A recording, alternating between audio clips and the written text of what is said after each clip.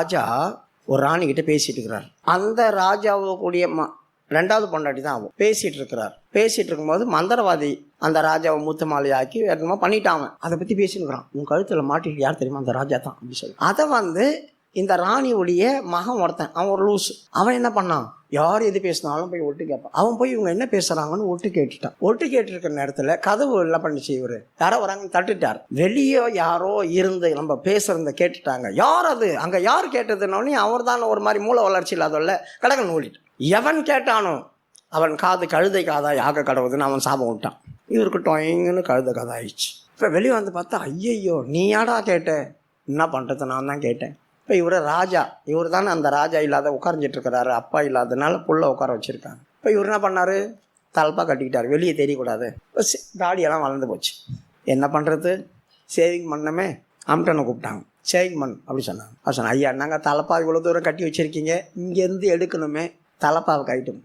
தலப்பாலாம் கயிட்டு சொல்லக்கூடாது, அப்படியே சேவிங். அப்படியே எப்படிங்க சேவ மாட்டேது, அசிங்கமாக இருக்குமே, தலப்பா கட்டணும். தலப்பா கட்டணும், யாரு கட்டியாவது சொன்னவன் தலை இருக்காது அப்படி சொன்னான். சரி தலப்பா கட்டுங்க, தலை போனாலும் பரவாயில்லன்னு தலப்பா கட்டணும். ராஜா காது கழுது, ராஜா காது கழுது காது, வெளியே சொன்னா காலி நீ அப்படி சொல்கிறான். சேவிங் பண்ணிட்டு போ. சேவிங் பண்ணிட்டார். 5 பொற்காசு கொடுத்துட்டாங்க. வீட்டுக்கு போய் இப்படி வச்சுட்டு பொண்டாட்டி வந்தான். என்ன இன்றைக்கி எனக்கு அதிகமான சம்பளம் கிடச்சிது. அதிகமான சம்பளம்னா எவ்வளோ? 5 பொற்காசு. எங்கே திருடின்னு வந்தேன் அப்படி கேட்டான். திருடிட்டு வரல, நான் உழைச்சி சம்பாதிச்சேன். நீ வயசுக்கு உனக்கு 5 பொற்காசு கொடுக்குறாங்களா? எங்கே திருடிட்டு வந்தேன்? அரண்மனையில் திருட்டு வேலை தானே செய்து. இல்லை எனக்கு காசு கொடுத்தாங்க வேலை செய்ததுக்கு தாங்க. இல்லை நீ திருடிட்டு தான் வந்தேன். எப்படி உனக்கு 5 பொற்காசு கொடுப்பாங்க சேவிங் பண்ணதுக்கு போய்? இல்லை ராஜா தான் கொடுத்தாரு, அது ஒரு விஷயம், அது உனக்கு சொல்ல. இல்லை எனக்கு சொல்லி தான் அவன் இல்லை, நீ திருடு தான். வாட்டி எடுக்கிறான். வாடி வெளியே சொன்னால் அசிங்கம் அவமானம், தலை போயிட்டேன் 2 பேருக்கும். அதனால் என்ன பண்ணு, இவா யாருக்கும் சொல்லக்கூடாது. சொல்ல மாட்டேன் சொல்லுன்னா. ராஜாவுக்கு கழுத காது மாதிரி வளர்ந்து இருக்குது, நான் பார்த்துட்டேன், அதை வெளியே சொல்லக்கூடாதுன்னு தான் இந்த காசு கொடுத்தாரு. அப்படியா?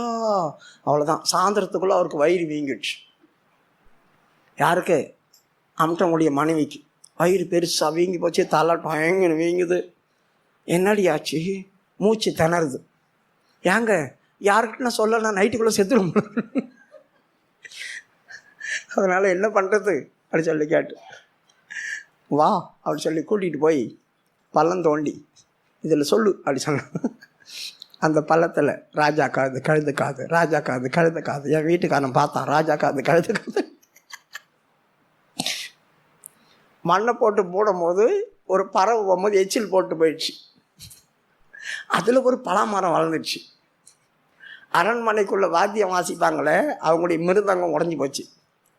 அவங்க தேடி வந்த மரத்தை இந்த மரம் கட்டிச்சு. அவங்க கண்ணில் மரத்தை வெட்டி எடுத்துன்னு போயிட்டு நல்லா பண்ணி ரெடி பண்ணி ஒரு ஃபங்க்ஷன் நடக்குது. ராஜா உட்காந்துக்கிறார், தலப்பை கட்டிட்டு அடிக்கிறாங்க டங்குன்னு, ராஜா காது அப்படி சொல்லுது. இந்த பக்கம் அடிக்கிறாங்க கழுத காதுன்னு. ராஜா கோவம் வந்து, ஆமாம் என் கழுத காது தான் எடுத்து காமிச்சிட்டாரு. அதனால் ஆம்பளைங்க கூட இருதயத்தில் வச்சுப்பாங்க, சகோதரி மாதிரி வைக்க முடியாது, அவங்களால அடக்கி வைக்க முடியாது செய்தால். சரி, ராஜஸ்திரி அகாஸ்வருடைய மகாராணி. இவள் யாருக்கு விருந்து பண்ணினா? அங்கே இருந்ததான ஸ்திரீகளுக்கு விருந்து பண்ணினா அப்படி சொல்லியிருக்குத. யாருக்கு விருந்து பண்ணினா? கெஸ் பண்ணுங்க பார்க்கலாம். சொல்லுங்கள், யாருக்கு விருந்து பண்ணினா? யாராவது சொல்லுங்கள். நீங்கள் என்ன யோசிச்சிருக்கேன்னு பார்க்குறேன். யாருக்கு விருந்து பண்ணினா? படிமா மறுபடியும் அந்த வசனத்தை. ராஜ ஸ்திரீயாகிய வஸ்தியும் ராஜாவாகிய அகாஸ்வேருவின் அரண்மனையிலே ஸ்திரீகளுக்கு ஒரு விருந்து செய்தாள். ஸ்திரீகளுக்கு ஒரு விருந்து பண்ணினாள் அப்படி சொல்லியிருக்கு. யாருக்கு விருந்து பண்ணினா? எந்த ஸ்திரீ? அவங்கெல்லாம் அரண்மனைக்குள்ளே இருக்கிறவங்களா? சொல்லுங்கள், யாருக்கு விருந்து பண்ணியிருப்பா? சொல்லுங்கள், தைரியமாக சொல்லுங்கள். யாருக்கு? உங்களை கேள்வி கேட்டால் தான் மனசில் பதியும். யாருக்கு? எல்லாத்துக்கும். 127 நாட்டு ராஜாக்கள் வந்திருக்கிறாங்களே, அவங்கெல்லாம் மனைவியோடு தான் வந்தாங்க. ராஜாக்கள்லாம் ராஜா கூட விருந்து சாப்பிட்றாங்க. ராணிங்கெல்லாம் இருக்காங்க இல்லையா, அவங்க ராஜா கூட வந்து உட்கார முடியாது, ஏன்னா அங்கே ஆண்களாக இருக்கிறாங்க. அவங்க அத்தனை ராணிகளும் இந்த அகாசுவருடைய மனைவியாகிய எஸ்தர் மகாராணி கிட்ட போய் பேசியிருப்பாங்க. இப்போ நாங்கள்லாம் சென்ட்ரல் பாஸ்டர்கிட்ட போய் பேசிகிட்டு இருப்போம், சிஸ்டருங்கெல்லாம் சென்ட்ரல் பாஸ்டர் வந்து பேசுவாங்களா? அவங்கெல்லாம் அம்மாச்சி கிட்ட போய் பேசிகிட்டு இருப்பாங்க. அந்த மாதிரி அங்கே போனாலும் சீஃப் பாஸ்டர்கிட்ட நாங்கள் போவோம், அவங்க போய் சும்மா பார்த்துட்டு போயிடுவாங்க. ஆனால் அவங்கெல்லாம் போய் அம்மாச்சி கிட்ட பேசுவாங்க. அந்த மாதிரி இந்த ராஜாக்களெல்லாம் வந்திருக்கும் போது ராஜாக்களெல்லாம் ராஜா கிட்ட பேசிகிட்டு இருக்காங்க. அவர் ஒரு விருந்து பண்ணுறாரு. அப்போ அவள் பார்த்தா அவரெல்லாம் அந்த ராஜாக்களுக்கு விருந்து பண்ணும்போது நானும் ஒரு விருந்து பண்ணுறேன். ராணிகள்லாம் வந்திருக்காங்க இல்லையா, இந்த ராணிகளுக்கெல்லாம் நான் ஒரு விருந்து பண்ணுறேன்னு சொல்லி 127 நாட்டு ராணிக்கு அவன் ஒரு விருந்து பண்ணான். சும்மா இருக்கிறவங்களுக்கெல்லாம் கூப்பிட்டு விருந்து வைக்கலாவோ, அவள் கெத்து காட்டினான். ராணிங்களுக்கெல்லாம் கூப்பிட்டு விருந்து பண்ணிகிட்டு இருக்கிறான். இப்போ விருந்து நடந்துட்டுருக்கு. திராட்சரச விருந்து இங்கே நடந்துட்டுருக்குது, அங்கே ஒரு விருந்து நடந்துட்டுருக்குது. இந்த 2 விருந்தும் நடந்துட்டுருக்கிற நேரத்தில் நடுவில் ஒரு காரியம் ராஜாவுக்கு உதயமாகுது. வஸ்தி ரொம்ப அழகானவ. இந்த திராட்சரசம் விருந்தை குடிச்சிட்டு கழித்து இருக்கும்போது ராஜா சொல்கிறா, போய் என் மகாராணியாகி வஸ்தி என் இடத்துல கூட்டிகிட்டு வாங்க, என் மகாராணியை கூட்டிகிட்டு வாங்க, அவளுடைய பேரழகை நான் எல்லாருக்கும் காட்டணும். பிரியமானவர்களே, ஆவிக்குரிய அனுபவத்தில் இதை நாம் எடுத்தோம்னா 7 நாள் விருந்து பண்ணிகிட்ருக்காங்க, திராட்சரச விருந்து. அது நம்மள களிப்பு உண்டாக்கக்கூடியதான அபிஷேகம்னு வைங்க. இந்த அகாஸ்வேரை கர்த்தராகிய இயேசு கிறிஸ்துக்கு ஒப்பிடலாம். ராணி கூட இல்லை, வெளியே இருக்க அரண்மனைக்குள்ள.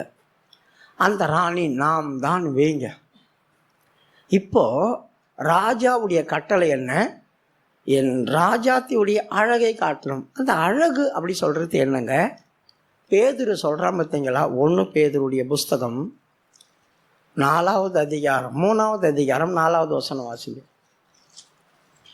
அழியாத அலங்கரிப்பாயிருக்கிற சாந்தமும் அமைதலும் உள்ள ஆவியாகிய இருதயத்தில் மறைந்திருக்கிற குணமே உங்களுக்கு அலங்காரமாய் இருக்க கடவது, அதுவே தேவனுடைய பார்வையில் விலையேற பெற்றது.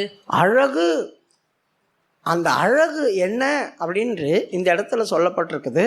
மேல 3வது வசனம் வாசிங்க. மயிரை பின்னி பொன்னாபரணங்களை அணிந்து உயர்ந்த வஸ்திரங்களை உடித்துக் கொள்ளுதலாகிய புறமான அலங்கரிப்பு உங்களுக்கு அலங்காரமாய் இராமல், நம்மை நாம் அலங்கரிக்கும் போது அழகா தெரியறோம். நம்மை அலங்கரிக்கப்படும் போது நாம் அழகா தெரிகிறோம். இந்த அலங்காரமே இல்லாத ஒரு அழகு தேவனுடைய பார்வையில் நம்மகிட்ட இருக்கு. தேவன் அந்த அழகை தான் பார்க்குறாரு. அலங்கரிக்கப்பட்ட அழகு கலைஞ்சிரும், அலங்கரிக்கப்பட்டதான அழகு கலைஞ்சிரும். அப்படியே போட்ட அழகு 6 மாதம் 7 மாதம் வரைக்கும் இருக்குமா?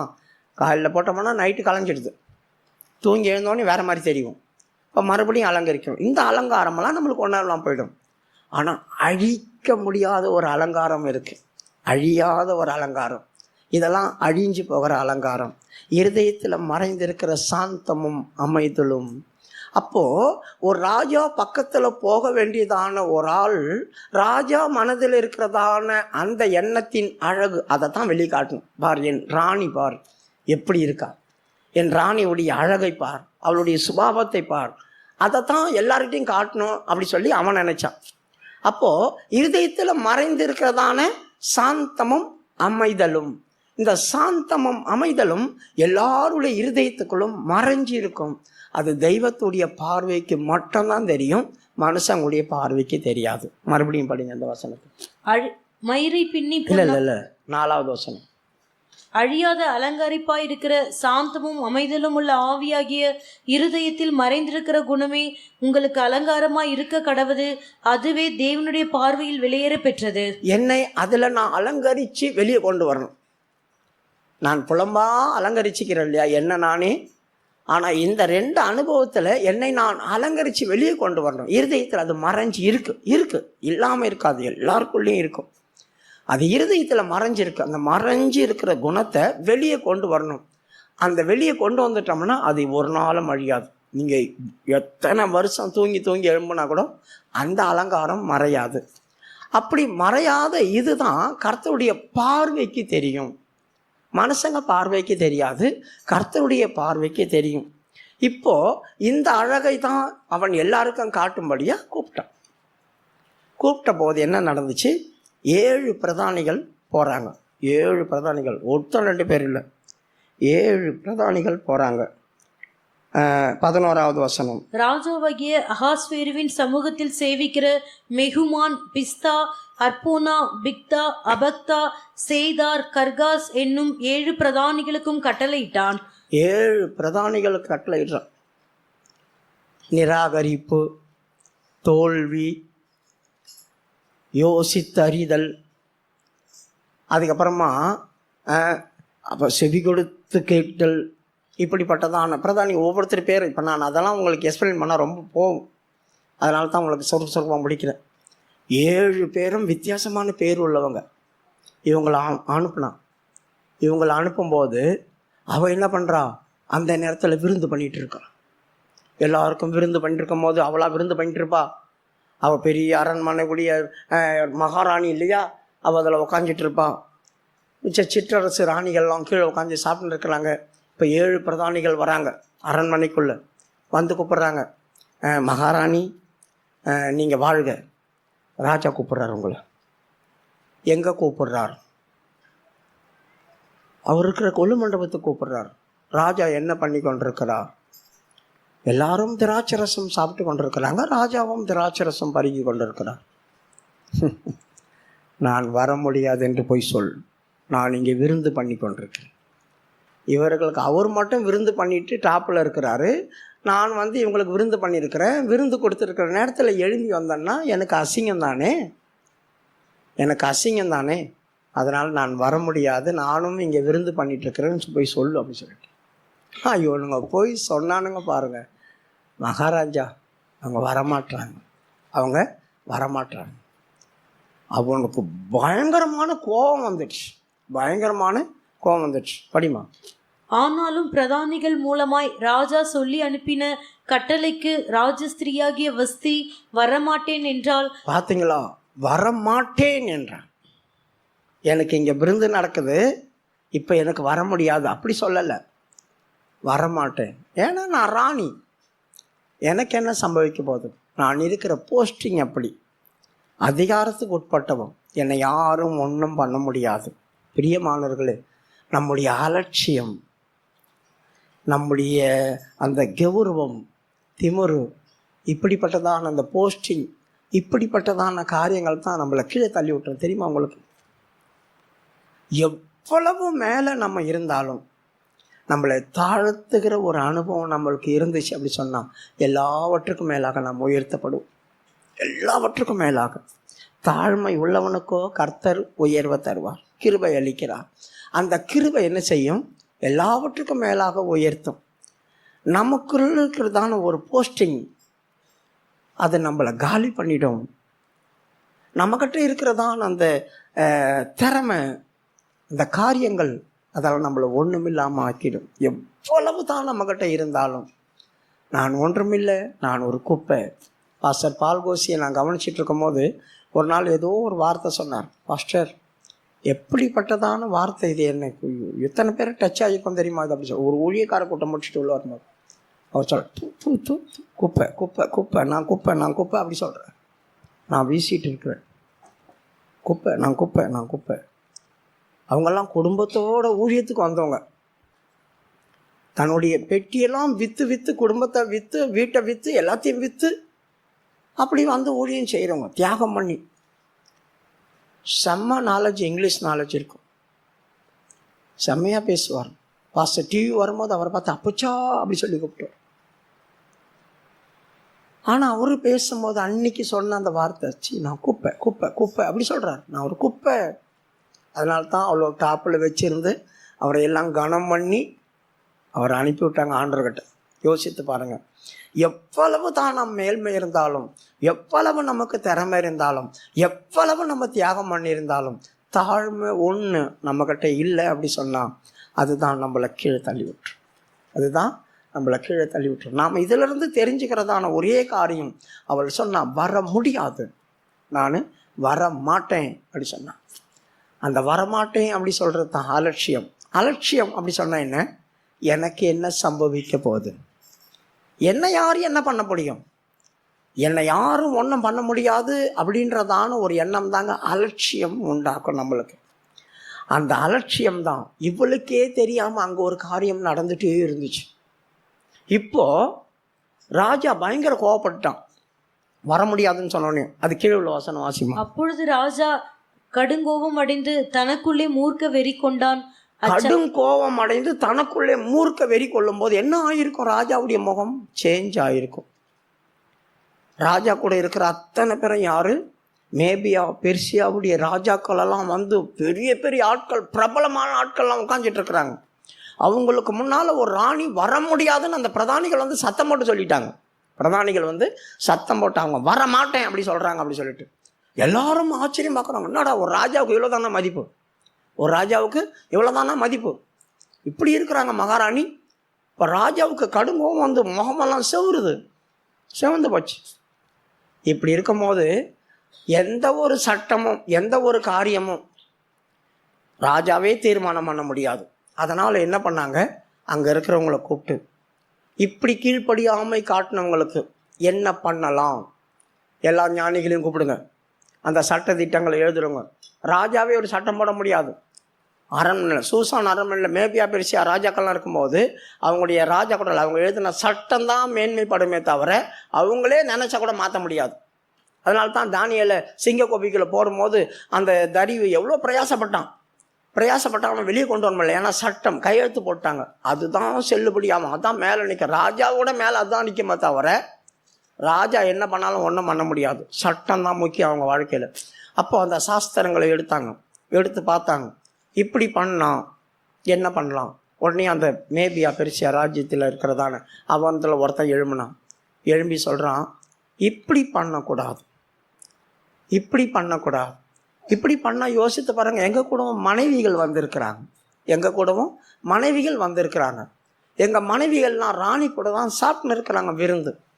இப்போ இந்த விருந்து முடிச்சுட்டு இப்போ நீங்கள் அப்படியே விட்டுட்டீங்க, லூஸில் விட்டுட்டீங்கன்னா இப்போ நாங்கள் வீட்டுக்கு போவோம், எங்கெங்கே அரண்மனைக்கு. இப்போ நாங்கள் ஏதாவது ஒரு காரியத்துக்காக அர்ஜென்ட்டாக எங்கள் மனைவியை கூப்பிட்டா அவங்களும் வரமாட்டேன்னு சொல்லி எங்களை அவமானப்படுத்துவாங்க. ஏன்னா அகாசர் கூப்பிட்டதுக்கே வசதி வர முடியாதுன்னு சொன்னால் நீ என்னடா வேலையை பாருன்னு சொல்லிட்டுருவா. அதனால் ராஜாவே இதுக்கு ஒரு முடிவு கட்டி ஆகணும். ஏன்னா எங்கள் மனைவிங்க வராமல் இருந்தால் பரவாயில்ல, எங்கள் மனைவிகள் அங்கே தான் இருக்காங்க, அவங்களும் இந்த வார்த்தையை கேட்டிருப்பாங்க. ஏன்னா அவங்களும் அங்கே தானே விருந்து சாப்பிட்டு இருக்காங்க. எல்லாருக்கும் பெரிய பிரச்சனையாக மாறும் இது. படிமா எஸ்தர் 1:15 முதல்.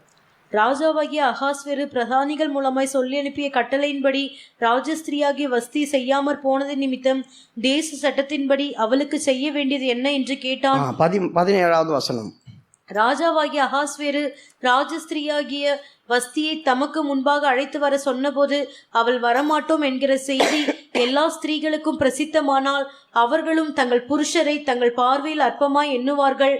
இன்றைய தினமே பெர்சியாவிலும் மேதியாவிலும் உள்ள பிரபுக்களின் ஸ்திரீகள் ராஜஸ்திரியின் செய்தியை கேட்கும் போது ராஜாவின் பிரபுக்கள் எல்லா ஸ்திரீகளும் அங்கதான் இருக்கிறாங்க. ராஜஸ்திரி கேட்டிருப்பாங்களா? அவங்க கேட்டிருப்பாங்களே. லேடிஸ் தான் ஒரு சின்ன விஷயம் சொன்னாக்கா ஊர் மொத்தம் பழகி விட்ருவாங்களே. பிபிசி நியூஸ் மாதிரி கட்ட ஆம்பளை கட்டாந்து கூட போகாது. சகோதரி கிட்ட போயிட்டு இந்த மாதிரி ஒரு காரியமோ அப்படி சொன்னால் அப்படின்றதாகட்டும் 10 எரியும் தேசமே.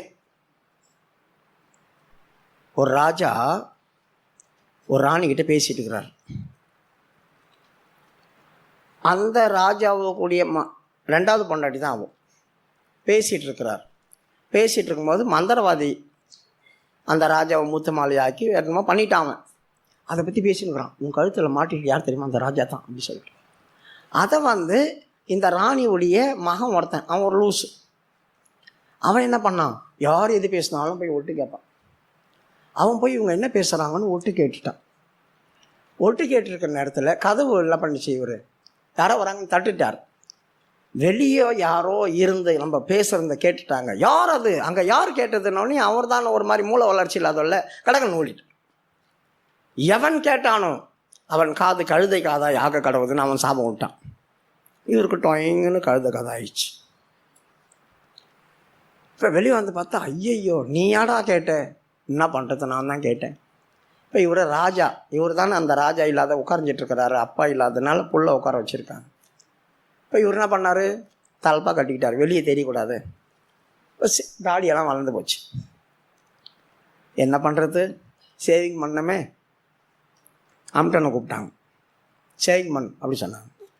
அவர் சொன்னேன், ஐயா நாங்கள் தலைப்பாவை இவ்வளோ தூரம் கட்டி வச்சுருக்கீங்க, இங்கேருந்து எடுக்கணுமே, தலைப்பாவை கயிட்டும்.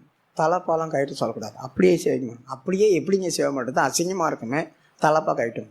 தலைப்பா கயிட்டும், யாரு கட்டியாவது சொன்னவன் தலை இருக்காது அப்படி சொன்னான். சரி தலைப்பா கயிட்டுங்க, தலை போனாலும் பரவாயில்லன்னு தலைப்பா கயிட்டுனா ராஜாக்காவது கழுது. ராஜாக்காவது கழுது காது, வெளியே சொன்னா காலி நீ அப்படி சொல்கிறான்.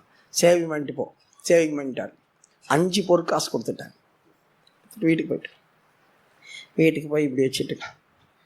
பொண்டாட்டி வந்தா, என்ன இன்றைக்கி எனக்கு அதிகமான சம்பளம் கிடச்சிது. அதிகமான சம்பளம்னா எவ்வளோ? 5 பொற்காசு. எங்கே திருடின்னு வந்தேன் அப்படி கேட்டா. திருடிட்டு வரல, நான் உழைச்சி சம்பாதிச்சேன். நீ வயசுக்கு உனக்கு 5 பொற்காசு கொடுக்குறாங்களா? எங்கே திருடிட்டு வந்தேன்? அரண்மனையில் திருட்டு வேலை தானே செய்து. இல்லை எனக்கு காசு கொடுத்தாங்க வேலை செய்ததுக்கு தாங்க. இல்லை நீ திருடிட்டு தான் வந்தேன். எப்படி உனக்கு 5 பொற்காசு கொடுப்பாங்க சேவிங் பண்ணதுக்கு போய்? இல்லை ராஜா தான் கொடுத்தாரு, அது ஒரு விஷயம், அது உனக்கு சொல்ல. இல்லை எனக்கு சொல்லி தான் அவன் இல்லை, நீ திருடு நான். வாட்டி எடுக்கிறான். வாடி வெளியே சொன்னால் அசிங்கம் அவமானம், தலை போயிட்டேன் 2 பேருக்கும். அதனால் என்ன பண்ணு, இவா யாருக்கும் சொல்லக்கூடாது. சொல்ல மாட்டேன் சொல்லுன்னா. ராஜாவுக்கு கழுத காது மாதிரி வளர்ந்து இருக்குது, நான் பார்த்துட்டேன், அதை வெளியே சொல்லக்கூடாதுன்னு தான் இந்த காசு கொடுத்தார். அப்படியா? அவ்வளோதான். சாயந்தரத்துக்குள்ளே அவருக்கு வயிறு வீங்கிடுச்சு. யாருக்கு? அம்டனுடைய மனைவிக்கு வயிறு பெருசாக வீங்கி போச்சு. தலை டயங்கன்னு வீங்குது. என்னடி ஆச்சு? மூச்சு திணறுது. ஏங்க யாருக்கிட்ட நான் சொல்லலை, நைட்டுக்குள்ளே செத்துடும். அதனால் என்ன பண்ணுறது அப்படி சொல்லி கேட்டு, வா அப்படி சொல்லி கூட்டிகிட்டு போய் பள்ளம் தோண்டி இதில் சொல்லு அப்படி சொன்ன. அந்த பள்ளத்தில் ராஜா காது கழுது காது, ராஜா காது கழுத காது. என் வீட்டுக்காரன் பார்த்தான், ராஜா காது கழுது காது. மண்ணை போட்டு போடும்போது ஒரு பறவை போகும்போது எச்சில் போட்டு போயிடுச்சு.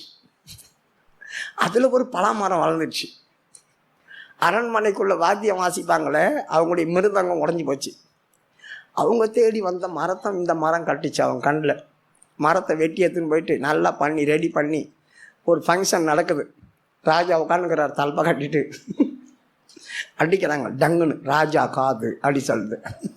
இந்த பக்கம் அடிக்கிறாங்க கழுத காதுன்னு. ராஜா கோவம் வந்து, ஆமாம் என் கழுத காது தானே எடுத்து காமிச்சிட்டாரு. அதனால் ஆம்பளைங்க கூட இருதயத்தில் வச்சுப்பாங்க, சகோதரி மாதிரி வைக்க முடியாது, அவங்களால அடக்கி வைக்க முடியாது. இப்போ இந்த ஆள் சொல்கிறான், மேபியா பெர்சியாவுடைய எல்லா ஸ்திரீகளும் அங்கே இருக்கிறாங்க. அவங்களாம் கேட்டால் எங்களுக்கு அசிங்கம், எங்களுக்கு அவமானம், எங்களை மதிக்க மாட்டாங்க. இப்போ என்ன பண்ணலாம்? அவன் சொல்கிறான், இன்றைக்கு விருந்து நடந்துட்டுருக்குது, ராணி விருந்து கொடுத்துட்ருக்குறான். இன்றைக்கு அவளை இந்த அரண்மனையை விட்டு வெளியே தள்ளி உத்தமியாக இருக்கிற ஒருத்திக்கு அந்த ஸ்தானத்தை கொடுங்க, உத்தமியாக இருக்கிற ஒருத்திக்கு அந்த ஸ்தானத்தை கொடுங்க அப்படி சொல்லிட்டான். என்ன நடந்திருக்கும்? இந்த 7 பிரதானிகளை மறுபடியும் அனுப்புகிறாங்க. அவள் ராஜஸ்தானத்திலேருந்து தள்ளப்பட்டா, அவள் அரண்மனையிலேருந்து வெளியே அனுப்புங்க. இப்படி இருந்திருக்கும். எல்லா ராணிகளும் சாப்பிட்னு இருக்கிறாங்க. அந்த விருந்தை நடக்கிற நேரத்தில் இவளை தரன்னு வெளியே இழுத்துட்டு போய் வெளியே தள்ளினாங்க. இவ போகும்போது விருந்து முடியுது. ஏன்னா சந்தோஷத்து தானே விருந்து நடந்துட்டு இருந்துச்சு. இவ போகும்போது விருந்து முடியுது. எல்லாம் அவங்கவுங்க தேசத்துக்கு போயிட்டாங்க. ராஜா கோபத்தில் போயிட்டார். கோபமெல்லாம் முடியுது. இந்த கோபமெல்லாம் முடிஞ்ச போது அவர் செய்த காரியங்களையும் வஸ்திக்கு செய்த காரியங்களையும் நினைத்து சோகமானான் ராஜா சோகமாகும்போது, இப்போது அங்கே இருக்கிறதான ஆட்கள்லாம் கூப்பிட்டு, ஐயா தேசந்திரியெல்லாம் திரிவோம், அழகான கன்னி பெண்களை கொண்டு வருவோம், ஏகாலிகிட்ட கொடுப்போம், அவன் 1 வருஷம் வச்சு அவளை சுத்திகரிக்கட்டும். ஏகாலி அப்படி சொன்னால் வேறு பிரிக்கப்பட்டவன், அன்னகர், இந்த அலி, அவங்ககிட்ட கொடுப்போம், அவங்கள ரெடி பண்ணுவாங்க அப்படி சொல்லிட்டேன். சரி நல்லதாக பட்டுச்சு, அமுச்சிட்டான். இந்த விருந்து நமக்கு என்ன சொல்லப்படுது? இந்த அகாஸ்வேர் பண்ண விருந்தும் இந்த வஸ்தி பண்ண விருந்தும் என்ன சொல்லப்படுது? பிரியமானவர்களே, எந்த நேரத்திலும் கர்த்தர் நம்மளை அழைப்பார். அதான் முக்கியம். நினையாத நேரத்தில் அவர் வருவார் சொல்லியிருக்கிறது. எந்த நேரத்திலும் நம்மை அழைப்பார்.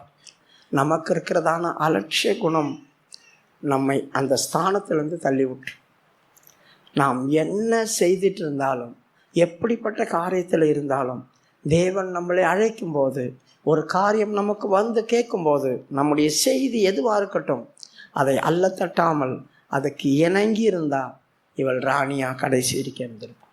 இவள் ராணியா கடைசி வரைக்கும் இருந்திருப்பான். இவளுடைய அலட்சிய குணம், சோதம் கோமரா அழிந்ததற்கு காரணமே சாங்க போங்கமும் அவளுடைய ஆகார திரட்சியும் தான். அதான் அவளுடைய அக்கிரமமாக இருந்தது அப்படி சொல்லியிருக்கு. ஆகவே நம்முடைய சாங்க போங்கமான வாழ்க்கையும் அலட்சியம் தான் நம்மளை என்ன செய்யும், தள்ளி விட்டுடும். துக்கத்தில் போய்ப்போம். வஸ்தி எப்படி இருந்திருக்கும், எல்லா ராணிக்கு முன்னால் அவளை வெளியே தள்ளும் போது எப்படி இருந்திருக்கும். யாருமே இல்லாத நேரத்தில் வெளியே தள்ளி இருந்தால் பரவாயில்ல, எல்லா ராணிக்கு முன்னால் 127 நாடுகளும் வந்திருக்கு. 127 நாடுகள் ராணிகளும் அப்படி டேபிளில் உட்காந்துருப்பாங்க, எல்லாம் சாப்பிட்னு இருப்பாங்க. அந்த நேரத்தில் உங்கள் ராஜ பதவி உங்களை விட்டு போயிடுச்சு, வெளியே போங்க. அரண்மனையில் ராஜா கூப்பிட்டதுக்கு நீங்கள் மதிக்கலையா, சட்டம் சொல்லுது நீங்கள் வெளியே போங்க அப்படி சொல்லி இப்படி இருக்கும். அவள் சந்தோஷமாக போயிருப்பாளா? அதிர்ச்சியாக இருக்கும், திகில் அடைஞ்சிருப்பாள், கண்ணில் தண்ணி தார தாரையாக ஊற்றி இருக்கும். எல்லாரும் முன்னால், ராணிகளுக்கு முன்னால் அசிங்கப்பட்டிருக்கும், அவமானமாயிருக்கும், தலை குனிஞ்சி இருப்பா. யாரையும் பார்க்க மனசு வராது, யாரையும் முகத்துக்கு நேராக பார்க்க முடியாது. எல்லாரும் இவ்வளோ பார்ப்பாங்க, இவ யாரையும் பார்க்க முடியாது. தலை குனிஞ்சி போத்திக்கிட்டே வெளியே போயிருப்பான், தனியாக போயிருப்பான். ஏன்னா ராணியாக இருக்கிற வரைக்கும் வெளியே போகும்போது எவ்வளோ பாதுகாப்பு, என்ன ஒரு கணம். ரோட்டில் எல்லாரும் ராணி வரானா ஒதுங்கி நின்றுவாங்க. ஆனால் இப்போ யாரும் ஒதுங்கி நிற்க மாட்டாங்க, எல்லாரும் கூடயும் இவ்வளவு போக வேண்டியதுதான். எவ்வளோ பெரிய அவமானமாக இருக்கும். சாகுற வரைக்கும் அதை நினச்சி நினச்சி நினச்சி, ராஜா கொடுத்த தண்டனை இதோட முடிஞ்சு போச்சு. ராஜா கொடுத்த தண்டனை வெளியே போ அப்படின்னு சொல்கிறதோட முடிஞ்சு போச்சு. ஆனால் அதை நினச்சி நினச்சி நினச்சி நினச்சி அவப்பட்டதான கஷ்டம் எவ்வளவு இருந்திருக்கும். நம்ம பைபிளில் படிச்சுட்டு போயிடுறோம். நான் எப்படி இருந்தேன், ஒரே ஒரு காரியம் தான், வர முடியாதுன்னு சொன்னதுக்கு என்னை வெளியே அமைச்சிட்டான். வரமாட்டேன்னு தான் சொன்னேன், நான் விருந்து தான் பண்ணிட்டு இருந்தேன். எல்லாரையும் விட்டுட்டு எப்படி நான் வர்றது? கொஞ்சம் பொறுத்து இருக்கலாம், நான் கொஞ்சம் யோசித்து இருக்கலாம், போங்க வரேன்னு சொல்லியிருக்கலாம், போங்க வரேன் அப்படின்னு சொல்லியிருக்கலாம். அப்புறமா புத்தி வரும்போது நிறைய யோசிப்போம். நமக்கு புத்தி வரும்போது நிறைய யோசிப்போம். பனிஷ்மெண்ட் வாங்கி யோசித்து என்ன பிரயோஜனங்க? அதுக்கு முன்னாலேயே நாம் சிந்திக்கணும். எனக்கும் அப்படி தான், உங்களுக்கும் அப்படி தான். எல்லா காரியத்திலையும் சில விஷயங்கள் நடந்த பிறகு நம்ம யோசிப்போம் பாருங்களா, அப்போது நாம் நிதானித்து யோசிக்கும் போது நல்ல ஆலோசனைகளாக நமக்கு வரும், நல்ல ஆலோசனைகளாக வரும். அதுக்கு முன்ன வரைக்கும் நமக்கு வரவே வராது. வீரியம், அந்த வேகம், அந்த சூழ்நிலையில் வர்றதான காரியங்கள். நிதானி, நிறுத்து, சகி, பொறுமை, இது ரொம்ப அவசியம். சாந்தமும் அமைதலும் ஒரு மனுஷனுடைய இருதயத்துக்குள்ள இருக்கும்போது எப்படிப்பட்ட காரியத்திலும் இருக்கட்டும். நாம் என்ன செய்கிறோம் நிதானிச்சு செய்யணும். நாம் செய்கிற காரியம் நமக்கு நல்லதாக முடியுமோ கெட்டதாக முடியுமோ நம்ம சிந்திக்கணும். அப்படி தான் நான் ஒவ்வொரு நாளும் செய்வேன். அப்படி செய்யும் போது அதை நன்மையாக நாம் மாற்றிக்கொள்ளலாம். சில விஷயங்களில் உடனே நான் சரிப்படுத்திக்குவேன். அந்த அனுபவங்கள் நம்ம இருந்தால் கடைசி வரைக்கும் நாம் நிலைச்சி நிற்கலாம். இதிலிருந்து நாம் கற்றுன்னு பாருங்கள். அந்த விருந்தெல்லாம் நடந்த காரியம், ஒரு ராணியே வெளியே போயிட்டான். அப்படி நமக்கு வரக்கூடாது. தேவ சமூகம் நமக்கு தள்ளப்பட்டு போகக்கூடாது. காயின் சொல்கிறான் பாருங்க, இன்று உம்முடைய சமூகத்தை விட்டு என்னை தள்ளி விடுகிறீர், நான் உம்முடைய சமூகத்தை விட்டு வெளியே போய் நிலையற்றவனாய் அலைவேன், என்னை காண்கிற எவனும் என்னை கொண்டு போடுவான். ஆண்டவருடைய சமூகத்தில் காக்கப்படுற வரைக்கும் எல்லாரும் அவனை பார்த்து கனம் பண்ணுவாங்க, அவனை பார்த்து பயப்படுவாங்க. கர்த்தருடைய சமூகத்தில் இருக்கிறான் அப்படி சொல்லிட்டு தேவ சமூகத்திட்டு வெளியே போனால், அதாவது நாதி இல்லாமல் போயிடும். என்னை காண்கிற எவனும் என் மேல் கையை வைக்க பார்ப்பான். 4வது அதிகாரம் 14வது வசனம். இன்று என்னை இந்த தேசத்திலிருந்து துரத்தி விடுகிறீர். நான் உமது சமூகத்துக்கு விலகி மறைந்து பூமியில் நிலையற்று அலைகிறவனாயிருப்பேன். என்னை கண்டுபிடிக்கிறவன் எவனும் என்னை கொன்று போடுவானே என்றான். என்னை கண்டுபிடிக்கிற எவனும் என்னை கொன்று போடுவானே என்றான். அப்ப எல்லாரும் இவன் மேல் கை வைக்கத்தக்கதாய் இவன் மாறுறான். யாரும் இவனை குறித்து பேசத்தக்கதாய் இவன் மாறுறான். முன்னெல்லாம் வாயை அசைக்காதவங்க பேச ஆரம்பிச்சிருவாங்களே, அந்த ஒரு நிலவரம் நமக்கு வரக்கூடாது.